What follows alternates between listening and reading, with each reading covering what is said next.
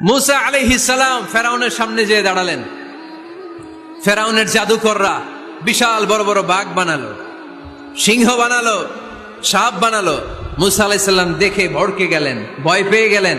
আল্লাহ বললেন, মুসা ভয় নাই, তোমার লাঠিটা খালি ফেলো। কি ফেলো? মুসা আলাইহিস সালামকে একটা লাঠি দিছে কে?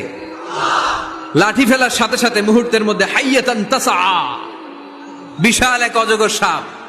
এই বিশাল অজগর সাপ ফেরাউনের জাদুকরদের বানানো সব ভাগ, ভাল্লুক, সিংহ আর সাপগুলো রেখে বিশাল ফানা ধরে আছে। আর সাপ বলতে শুরু করেছে, আর কি আছে নিয়ে আয়। সুবহানাল্লাহ কইতে পারলেন না? এই দৃশ্য দেখার সাথে সাথে ফেরাউনের রাজপ্রাসাদের সামনে যতগুলো জাদুকর ছিল, কোরআন বলে ফাউলকিয়াস সাহারাতু সাজিদিন। এই দৃশ্য দেখা মাত্রই ফেরাউনের নিয়ে আসা বড় বড় জাদুকর গুলো